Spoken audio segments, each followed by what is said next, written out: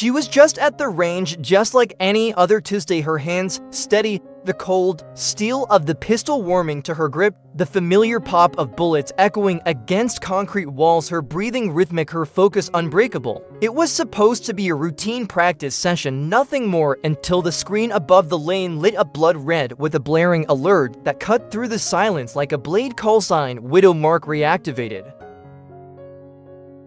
For a second, everything just stopped, her ears still ringing from the last shot, the words seared into her eyes. She hadn't seen that name in over 7 years, not since she buried it, not since she swore to disappear and never look back. The range officer stared at her wide-eyed. He didn't say anything, just backed away like he saw a ghost, and in a way maybe he did, because Widow Mark wasn't supposed to exist anymore. She was dead and buried along with everything she had done. Everything she had lost. The lights overhead flickered, then pulsed like the whole system was reacting to her presence. She grabbed her duffel and walked out, trying not to run, trying not to draw attention, but she could feel it, the shift in the air, like the past was no longer past, like it was racing toward her like a freight train, and no matter how far she'd run, it had finally caught up. Outside, the sky was turning that strange shade of storm gray. Even though there wasn't a cloud in sight, she jumped into her car, hands shaking as she fumbled the keys into the ignition. Her phone buzzed once, a message from a number she hadn't seen in a decade. Your location has been confirmed. Extraction team en route. Prepare for reactivation. Her stomach dropped. She hadn't felt this kind of fear since Marrakesh, since the compound, since she lost Gabriel.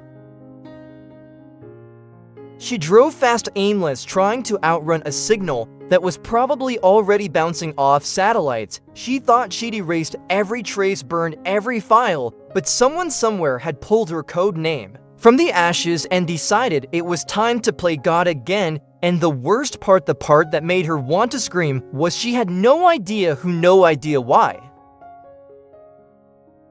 She made it to a safe house, an old hunting cabin tucked miles into the forest, a place even she had almost forgotten she stashed. The car covered her tracks and slipped inside, bolting the door behind her. She didn't bother with lights, just sat in the dark, gun on her lap, heart pounding, trying to remember every enemy, every operation, every loose end she'd left behind. And then it hit her, Olivia, sweet, nosy, over-friendly neighbor Olivia, who kept showing up with banana bread and wine, who always asked too many questions, who somehow managed to accidentally drop her Wi-Fi password into every conversation. Olivia, who never blinked when she mentioned military time or caught her flinching at fireworks. Olivia, who last week said she'd seen her on TV and laughed like it was a joke. But what if it wasn't? She cursed under her breath, pulled out her burner phone and checked the logs. Something was off. She'd missed a call from a blocked number at 3 a.m. 2 nights ago. Then another, then a ping that shouldn't have been there, a tracking signal masked as a calendar reminder. Her blood ran cold. Olivia had gotten too close, maybe not just a neighbor, maybe not just curious, maybe planted.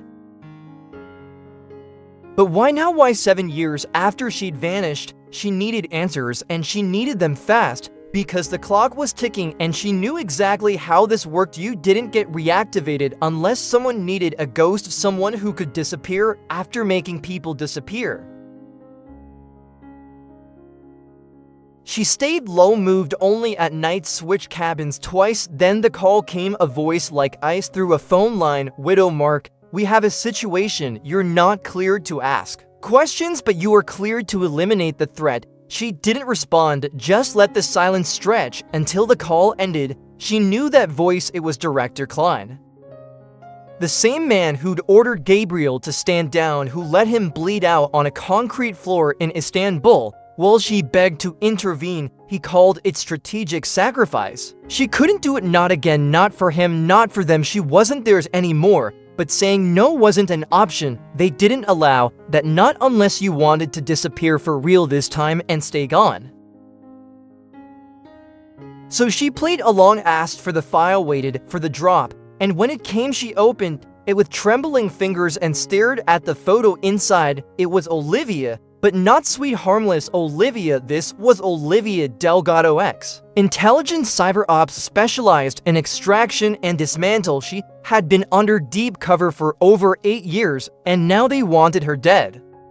The reason made her stomach twist. Compromised emotional attachment to target. Widow Mark, this wasn't about a mission, it was a test. They thought she'd hesitate, thought her years in the dark had softened her, thought maybe, just maybe, she'd break. They were right. She didn't go after Olivia, she went after Klein. She knew where he'd be. Predictable, as always, a gala for defense contractors in DC, all black tie and champagne smiles. She walked right through the front door in heels and a dress she'd stolen from a mannequin, her weapon tucked neatly in a clutch bag like a secret she wasn't supposed to tell. Klein saw her across the room and froze, wine glass halfway to his lips, and she smiled. Because now she had the power. Now she was the ghost in his machine. She whispered in his ear, "She passed, you never should've touched my life," then slipped the drive into his pocket, the one with every operation he thought was buried, every betrayal, every death signed off with his initials. 10 minutes later, the fire alarm screamed and the building went dark, emergency lights flickering as people poured out into the night, and by the time security found him, he was cuffed, bleeding, and screaming about ghosts. She disappeared again, this time for good. But before she left, she found Olivia sitting on the porch of her little house barefoot with 2 glasses of wine and that same soft smile, like she knew she'd come back. They didn't speak, not really. They just sat there and listened to the world turn.